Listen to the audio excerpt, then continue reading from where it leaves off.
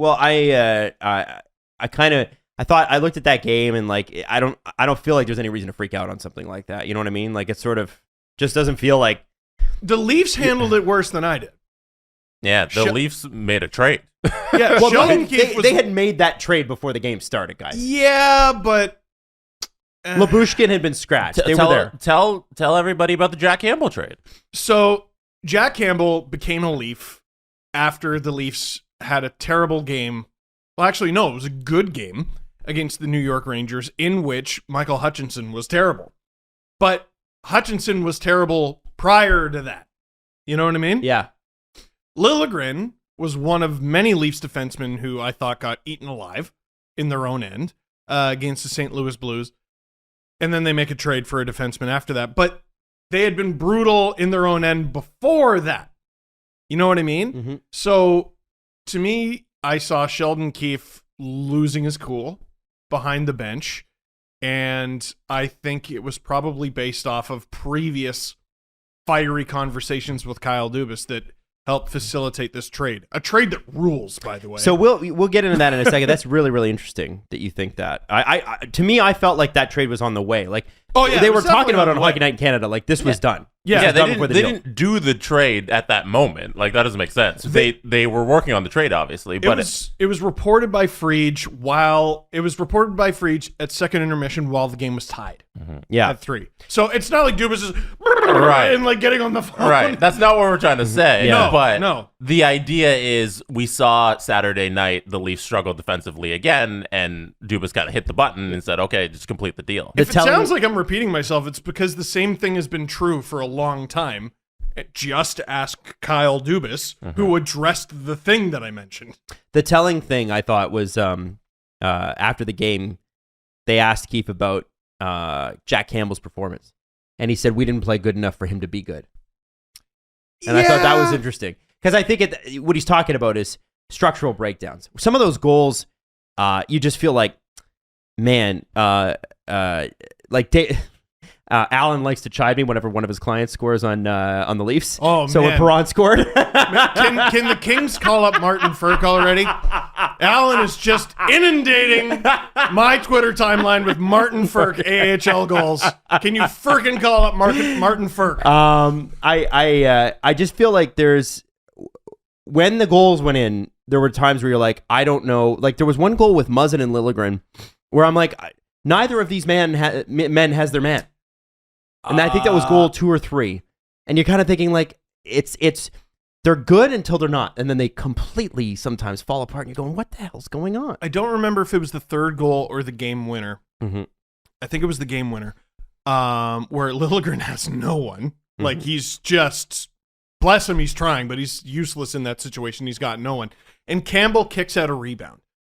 And Mrazek had a goal off of a rebound recently where I think we can all agree it was terrible.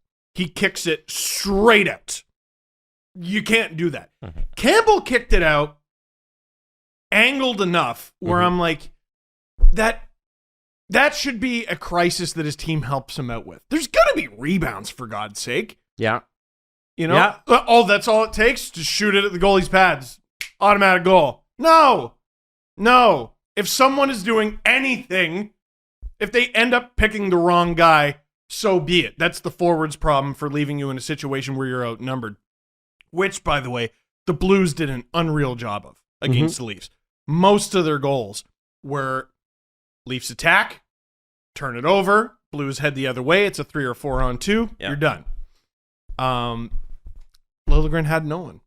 Yeah, and I also want to shout out, before we go on this one, a couple things. First off, Jordan Kyrou, again, always makes something happen. Always. Never Second, dropping him. Jesse, your Husso pick earlier this year. Oh, yeah. That was a while ago, too. Yeah, he's kept it up. What are they going to do with, what is he, 8-0-2 in his last 10? Something like that. I think it's better than that. On the season, I think he's 12-3-2. Well, and it's going to be interesting this offseason because there's going to be teams looking for goaltending. You wonder... Bennington? Benner's got to go, obviously. If Husso's going to play that well, you can't have $6 million tied up on a goalie that's sitting on the bench. Ben Edmonton? I like that's a bit... The Joylers? It's the Joy. Erden? Joy and Bennington? Do I look joyful? Do I look? I think we landed on that St. Louis just runs with this because they're playing too well, and it's an off-season problem. Sure. It's you so know. funny that they could win a Stanley Cup with Bennington as their backup. Yeah. Like, just We could have said that about the 17-18 Pittsburgh Penguins. It's so funny Marc-Andre that- Fleury, Matt Murray all over again. Yeah. What the fuck? Yeah. So let's talk about the Nick Ritchie trade, okay? There's a lot of angles here. Is that what it's called? With the trade? See, I've been wondering. Like, is it the Nick Ritchie trade? Well, to us it is because Yeah. the question was, how did the Leafs drop this contract? Yeah. Right? That was the, and if you look at who they brought in the offseason, it was Ritchie, Kasha, Bunting, and why can't I think of the fourth one? A bunch. Well, no, but there was like those Ritchie, four. Kasha, Bunting, Kasha, Count Hosang. Kampf. Camp. Three We're out of not- four of we're those. not- yeah. Hosang. Jose. 3 out of Not 4 of until those he's on an NHL deal. is good, right? You can if you're batting 750, you're laughing. You know what? But not, the problem not is, just good, great. 3 of the 4 are great. yeah, and they're legitimately valuable pieces that have contributed every game. The problem is that Ritchie's was the most expensive one, and it was 2 years. great. Right. And he's the one who got the best start on the top line. He was supposed to be that They guy in set the him bunting up. slot. Yeah. Like if he was going to succeed, it had to be. they gave him every opportunity, and he didn't take it. There was a lot of Jimmy Vesey there. Like, expensive. You're just Jimmy kind of Vesey. vanilla. Well, it wasn't. Not even that. Like, they put him in a position to succeed. I remember Vesey. I think he got a goal in his first game, and I was like, check that out. Yeah. Another one for Milos. We just And- wanted 15 from him. We just wanted 15 goals. Jesus. A dozen, 10, anything. Mm-hmm. And no, it just didn't work. It didn't work. They gave Ritchie chances, man. So here's the deal as it breaks out is the conditional draft pick. It's either choice of Toronto's 2022 third or it's 2025 second. 2023 third. Sorry, 2023. Do you I want don't to know. read the full trade here? Yeah, sure. Yeah. Okay. I So just can't read Here, apparently. Adam, go ahead. Go ahead, Jay. Jesse, go ahead. the Arizona Coyotes acquire Nick Ritchie, a 2025 second round pick, which is conditional. The conditions on that pick are Arizona has the option to exchange the pick for Toronto's 2023 third round pick. The Toronto Maple Leafs acquire Ryan Dzingel and Ilya Lyubushkin. Now, Dzingel is on waivers. And we're not going to know until the show's done. Yeah. If he clears, I think he will. In I his- think he clears. In his he's got like a $1.3 million cap hit or 135 or something. 1.7. Oh, it's Lyubushkin's got the 135. Yeah, and like a track record of scoring 20 plus goals, but he's got 7 points in 26 games. Yeah. 1.1. He's usually good on bad teams. Yeah, it's kind of tough. Yeah. It's kinda and tough. I guess his skating's regressed. He's gotten a bit older. The thing is that now though he has positive defensive impacts. He has changed his game. Because before he was known as a bit of a liability defensively and a goal scorer, right? Torch Yeah. didn't like him. Back-to-back 20-goal seasons, way back when with the Ottawa Senators. Yeah. So Lyubushkin is the interesting part of this because Dzingel, I think, is going to report to the Marlies, assuming he doesn't get claimed. Lyubushkin is brings you absolutely nothing on offense. Nope. Like zero. 19 points in 180 games. 1 goal. Yeah. So nothing. That's all But right. He's 6'2". He shoots right. He kills penalties and he throws hits and he can play more than 18 minutes a night. Oh, man. I don't know. I think the Leafs need more offense, though. Is that what people said? Yeah. They've got a lot of No, offense. No Oh, one okay. said that. No. Like, I'm like, what? No way. I thought most of the reaction to this trade was pretty logical. Like, okay, good that they got him. No offense. None whatsoever. Good defensively and big. Now what's next? So you think this is setting up for another piece? Because the salaries match, right?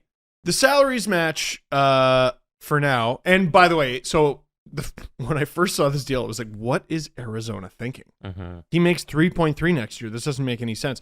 They're probably, unless Ritchie goes bananas and they can flip him for something else, they're probably going to buy him out and they're going to save money. They essentially bought a third or a second for 1.4 Right. mil, which, whatever. It serves their purposes. But the Leafs addressed a need on defense. Dzingel, blah, blah, blah, blah, blah. Like, I think he was just there to make the money work. And they dumped Ritchie's contract without any salary retention. Now, people are saying it's expensive way to dump a contract because of the draft pick. No. A second, like 20 years from now? Yeah, so this is my question. Is it an expensive way or is it an all right way? So, because there's a lot of, like, again, Drew, first off, producer Drew, Mr. Sun Media over here, dropping fucking, he's like, oh, Leaf fans will love this guy, and he plays literally the worst clip of Lyubushkin's career and puts it on his Twitter account. Because it was in a dang it of, well, it was Vejmelka's fault. It was him giving the puck away, I think, if I remember correctly. Oh, okay. It was a bad giveaway from either Vejmelka or Lyubushkin. This season? Yes. Yeah. Oh, okay. He's like, oh, Leaf fans are gonna love this, and then he was criticizing Dubas, who, by the way, was almost his favorite team's general manager, for saying, well, that was a really expensive way to get rid of a contract. No.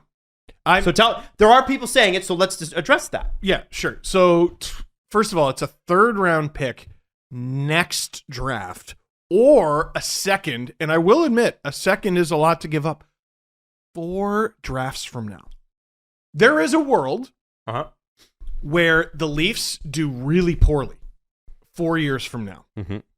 And that pick is 33rd overall, which is now the first pick of the second round. At that point, it might be 36th or 37th overall. Yeah. These are the new teams. Yeah, still nothing in Quebec. But Arizona has a second hockey team. yeah. Oh, yeah. Yeah. That'll show us. We're going to play at ASU and Gila. We're back at Gila. Yeah. We got Glendale and Phoenix going. So in 4 drafts from now, the Arizona Coyotes might have the Leafs second rounder and an NHL building to play in. Mm-hmm. Maybe. Maybe. Wow. Yeah. Maybe. It's true. And by the way, that second round pick is 2025, and then 3 years from down the road, you expect it to play. Right. So we're talking like 2028, 2029 when Like- you expect this player to hit the NHL? Guys. Dubas won't be the general manager of the Leafs. No. at Dubas that will point. be in his 40s. when this... So will we. So will we. Yeah. So will we. Jesse won't. Jesse won't. No, Dick. not yet. I don't even think you're in your 30s yet. Not yet, no. Yeah. Just a dick. Like- this guy. The... Guys, like, listen, It's I get nothing. being grumpy. I get grumpy about this team. Oh, boy. You really got to go out of your way for this one. It's a good trade.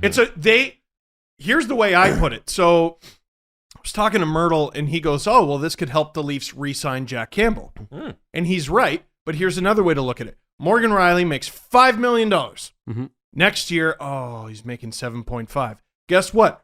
Whoop, There's Ritchie. There's the Rays. Yep. done. The raise for next year is covered like that. Dzingel and Lyubushkin could play 0 games for the Toronto Maple Leafs. This is a good deal. But here's the thing. They're going to play games for the Leafs. Lyubushkin has a chance to help fix a problem they've had forever. Mhm. And they save 2.5 in the cap next year. That's Right. ridiculous. And Kessel's number comes off the books of the cap next year, 1.2. too. So that's 3.7. Which is what? Way more than they've had the last few off seasons. This Ben. You really Like- got to go out of your way to hate this one, guys.